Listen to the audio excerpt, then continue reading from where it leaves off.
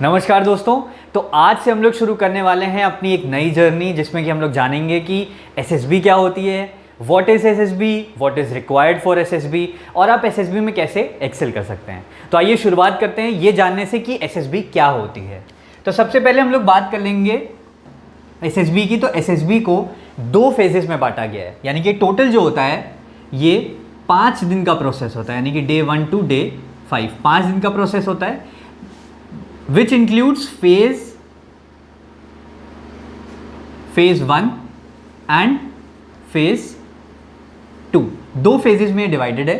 Phase 1 जो है वो पहले दिन होता है, यानी कि डे 1 का जो प्रोसेस कहलाता है वो होता है फेज 1, जिसको कि हम लोग आसान भाषा में कहते हैं स्क्रीनिंग प्रोसेस। ठीक है। और जो फेज 2 का प्रोसेस होता है वो हमारा डे 2 से लेकर डे 5 तक चलता है। डे 2 से लेकर डे 5। अगर आप डे 1 यानी कि अगर आप स्क्रीनिंग के प्रोसेस में इन हो चुके हैं तो आपको ये 5 दिन का प्रोसेस देखने का मौका मिलता है। अब देखिए इससे पहले हम लोग जानें कि एसएसबी और क्या होती है डीप में, तो हम लोग पहले ये देख लेते हैं कि एसएसबी में आप जा कैसे सकते हैं। तो सबसे पहले तो जब आप डिफेंस की तैयारी करते हैं तो आपके पास 3 रिटन के पेपर मिलते हैं। जैसे कि पहला पेपर जो है वो है आपका एनडीए यानी कि नेशनल डिफेंस अकेडमी का पेपर, दूसरा है सीडीएस यानी कि कंबाइंड डिफेंस सर्विसेज, एंड तीसरा है AF CAT air force common aptitude test. ये जो 3 आपको पेपर्स मिलेंगे ये तीनों रिटन पेपर्स होते हैं। ठीक है। आप जब इन तीनों रिटन पेपर्स को क्वालिफाई कर लेते हैं, क्लियर कर लेते हैं, तो आपको एसएसबी में जाने का मौका मिलता है। कुछ होती हैं डायरेक्ट एंट्रीज। डायरेक्ट एंट्रीज की अगर बात करूंगा तो जैसे कि एनसीसी एंट्री हो गई। मान लीजिए आपने एनसीसी कर रखा है किसी भी विंग में, चाहे आपने आर्मी विंग में किया हो, एयरफोर्स विंग में किया हो, चाहे आपने नेवी विंग में किया हो, तो आपको तीनों के लिए एनसीसी एंट्री से आपको डायरेक्ट एसएसबी मिलने का मौका मिलता है। ठीक है। दूसरी चीज़ होती है एसएससी टेक। अभी कुछ टेक्निकल एंट्रीज हैं, शॉर्ट सर्विस कमीशन। ठीक है। तो कुछ टेक्निकल एंट्रीज होती हैं जो कि डिफेंस फोर्सेस प्रोवाइड करते हैं। तो अब इसके थ्रू क्या होता है कि जब आप मान लीजिए आपने बीटेक कर रखा है तो आपको डायरेक्टली एसएसबी में जाने का मौका मिलेगा, यानी कि कोई भी रिटन पेपर नहीं होता है।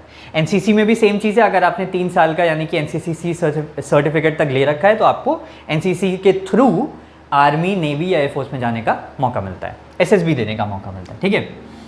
अब हम लोग अगर बात करें कि एसएसबी में कैसे एक्सेल किया जाता है, ठीक है, कैसे आप एसएसबी को क्लियर कर सकते हैं, तो अगर आसान भाषा में मैं आपको बताऊं तो एक कोट लिखना चाहूँगा। उससे पहले संस्कृत का है जिसको हम लोग बोलते हैं मनसा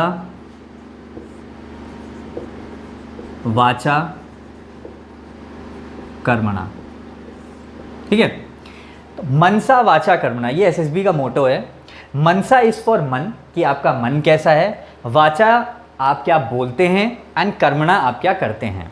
तो आसान भाषा में अगर आपको मैं ये बताऊं कि आपका मन, आप क्या सोचते हैं, आप क्या बोलते हैं और आप क्या करते हैं, जब ये तीनों चीज़ें अलाइंड हो जाती हैं, एक साथ आ जाती हैं, यानी कि ये तीनों चीज़ें हमें सेम चीज़ बता रही हैं, तो आपका एसएसबी में रिकमेंडेशन हो जाता है। तो अब इन तीनों चीज़ों को कैसे अलाइन करना है, कैसे क्या करना है, वो हम लोग आगे आने वाली वीडियो में डिस्कस करेंगे। एसएसबी को और गहरी तरीके से जानेंगे कि एसएसबी में क्या क्या होता है, इन 5 दिनों में क्या प्रोसेस होता है, हम किस प्रोसेस के थ्रू गुजरते हैं, ये हम लोग आने वाली वीडियोस में और भी डिस्कस करेंगे।